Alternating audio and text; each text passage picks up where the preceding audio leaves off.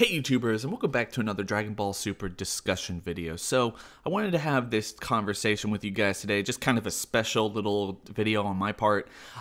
Do you guys think, when it comes to Frieza and his role in the Tournament of Power, now of course I've said this time and time again, I still stand by this, Frieza is the best part about the Tournament of Power. It is a reintroduction to the Frieza that we all know and love back in Dragon Ball Z. We haven't seen him in this form of control, conniving, backstabbing, just a maniacal galactic leader, emperor, convinced of his power and his superiority over everyone since back before Goku turned Super Saiyan. I mean, every time we've seen him since, basically, in the anime, the manga, the movies, everything has just not been right. And this is a reintroduction to this Frieza character that I want to see more of. And I've even argued in the past that I would really like to see him be some kind of an antagonizing force in the future of Dragon Ball Super.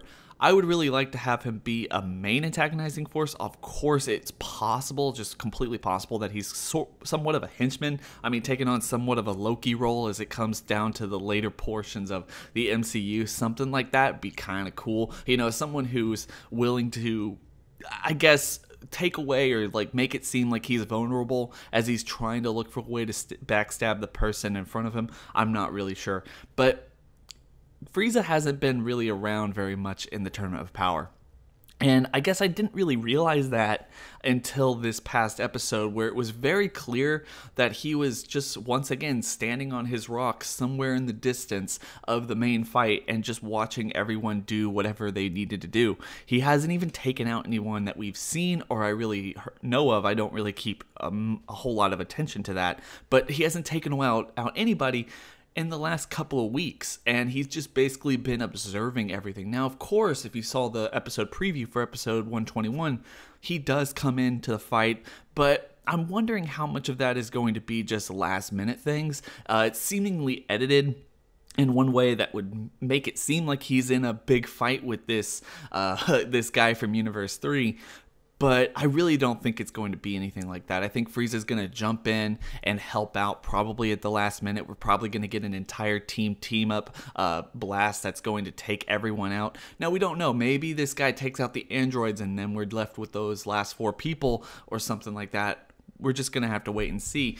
But it's going to be really interesting to see how they react to Frieza actually going in and helping them, because he just hasn't done that this entire tournament. I mean, save for, I guess, distracting Frost while he was fighting Gohan and also giving Goku some energy. But I'm wondering what Frieza's plan in all this is. It's so weird to me. A lot of people would either say that Frieza's plan is to become the MVP. I don't understand how he's going to become the MVP if he doesn't have enough people knocked out. I know Goku and Vegeta are at the top of that marker, and there's not even enough people left, I believe, to give Frieza the ultimate, you knocked out more people than all the other people in your team to give you the MVP slot. And at the same time, if it's not based off of eliminations and it's more so based off of how much fun we had watching everyone fight, then doesn't this definitely go to Goku if he's left standing at the end of all this? Or maybe, I mean, I'm not even really totally sure about the rules. I mean, doesn't it just go to Goku or Vegeta anyway?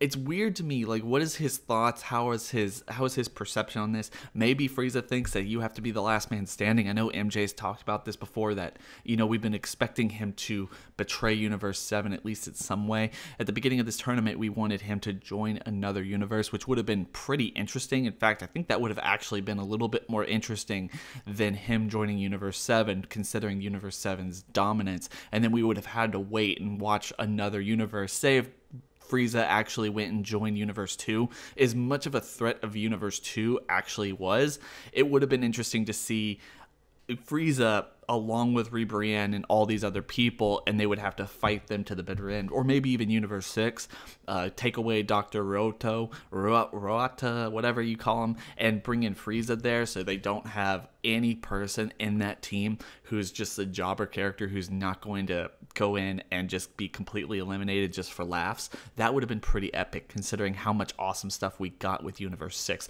And if that were the case, maybe Universe 6 would still be in the game. Maybe even Frost and Frieza Frieza would be the only ones left in Universe 6 because they would be conniving with each other or something like that. Really awesome. But right now we have Frieza in Universe 7. He's fighting for Universe 7, and I just don't really understand what his plan is, what his ultimate goal is whether he wants the wish or not. I don't think he's done enough, and I'm wondering, and I'm asking you guys, do you think he's going to betray Universe 7 in order to be the last man standing for that particular team? That's why he wants Goku and everyone else to take on Jiren and all these other people, and he doesn't really want to get his hands dirty? Or does he have some other secret ulterior motive? We've seen Frieza do this before, where he kind of tries to jump in and steals the wish. At this point, we know that Frieza doesn't have any clue how to use the Super Dragon Balls, and he could probably fall into the same pitfall that he had with the Namekian Dragon Balls, where he didn't know how to speak Namekian, so you really can't make the wish. That's really kind of an obnoxious thing, but you have the same thing with the Super Dragon Balls with the whole God language, speaking Japanese backward type of thing. So it's really interesting. I don't know what his plans are, but I want to hear everyone's thoughts and opinions on this.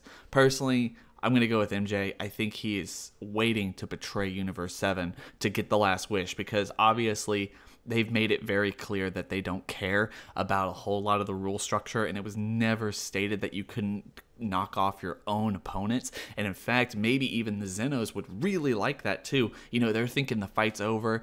Obviously, in this last episode, the mere fact that there's so many people left off the stage at this point, that they were like, oh man, you know, this whole fight's going to slow down and it's not going to be as fun to watch anymore. I can imagine their utter disappointment after Goku or Vegeta or someone beats Jiren up, throws him off, or maybe even Goku and Vegeta together fighting Jiren, throwing him off the ring, completely exhausted. Frieza comes out of nowhere. The Zenos are sitting there. They're really disappointed. You know, Universe 7 won with a blowout. It's like 3-2. It's like 3-0 everyone else. And Goku and Vegeta are basically celebrating. And then it's like a Revenge of Cooler situation, or a Cooler Return situation, where Frieza just shows up and they're like, oh no. And then like they have to turn Super Saiyan Blue, but Frieza's way too has way too much stamina for them, so he just instantly takes both of them out. But we have this awesome betrayal fight, and then the Zenos are just sitting there going absolutely bazonkers, like,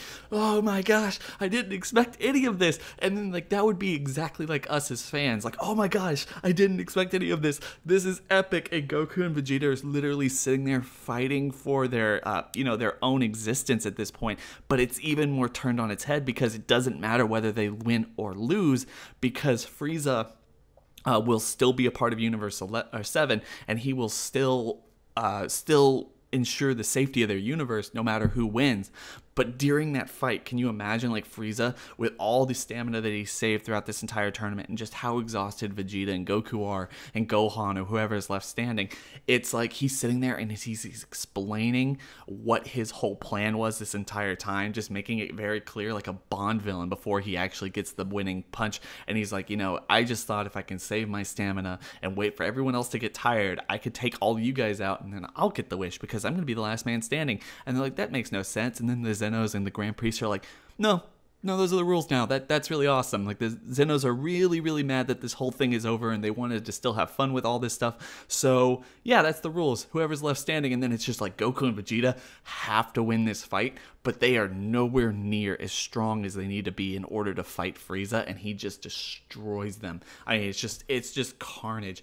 And even though it's like this last couple of, oh my gosh, we're still going to try to win, they don't. Frieza gets the wish, and then we go into the next arc of Dragon Ball Super. I know that's probably not what they're going to do. In fact, it's really probably not what they're going to do, but it's something that I would definitely love to see sometime in Dragon Ball Super's Tournament of Power future.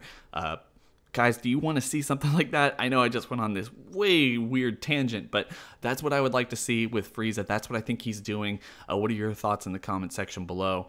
Do you think it's anything else like that? Do you think he just thinks that he's going to be the last man standing regardless, or anything else like that?